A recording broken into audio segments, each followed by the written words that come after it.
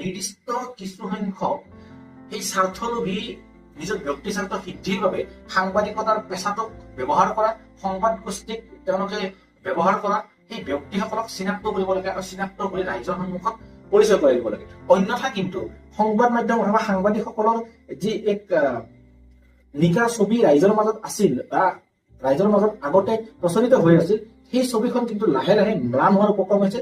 ম্লান হোৱাৰ উপক্ৰম এইটো কাৰণে হৈছে যে তেওঁলোকে ঠিকেই প্ৰকৃততে সাংবাদিকতা কৰা দায়িত্বশীলভাৱে সাংবাদিকতাৰ পেছাটোক আগবঢ়াই নিয়া সংবাদ গোষ্ঠীৰ সাংবাদিকসকলে তেওঁলোকৰ কৰ্ম সঠিকভাৱে ৰূপায়ণ কৰি আছে, তেওঁলোকে কাম ঠিকেই কৰি আছে, কিন্তু তেওঁলোকৰ সেই কামত কালিমা সানিছে একাংশ স্বাৰ্থলোভী আৰু নিজৰ ব্যক্তি স্বাৰ্থ সিদ্ধিৰ বাবে কাম কৰি যোৱা নিৰ্দিষ্ট একাংশ সাংবাদিক ৰূপী দালালে। গতিকে তেনেকুৱা ধৰণৰ দালালি কৰা ব্যক্তিসকলক সংবাদ মাধ্যম অথবা সাংবাদিকসকলে কিন্তু চিনাক্ত কৰি ৰাইজৰ আগত পৰিচয় কৰাই দিয়া দৰকাৰ আছে। যদি তেওঁলোকৰ পৰিচয় ৰাজহুৱা নহয়, তেনেহলে সাধাৰণ জনতাই বুজি নাপাব, সাধাৰণ জনতাই চিনি নাপাব আচলতে তেওঁ প্ৰকৃততে সাংবাদিক হয় নে নহয়।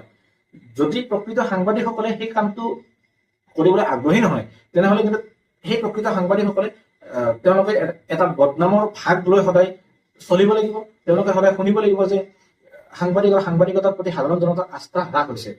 সাংবাদিক আৰু সাংবাদিকতাৰ যি আস্থা, সেই আস্থা ৰাইজৰ মাজত সদায় ঊৰ্ধত ৰাখিবলৈ হলে ৰাইজে সদায় সেই সাংবাদিকতাক এটা সন্মানৰ চকুৰে তেওঁলোকৰ আস্থাৰ প্ৰতীক হিচাপে উপস্থাপন কৰিব লাগিলে কিন্তু এনেকুৱা ধৰণৰ কিছু কাম কৰাৰ দৰকাৰ আছে।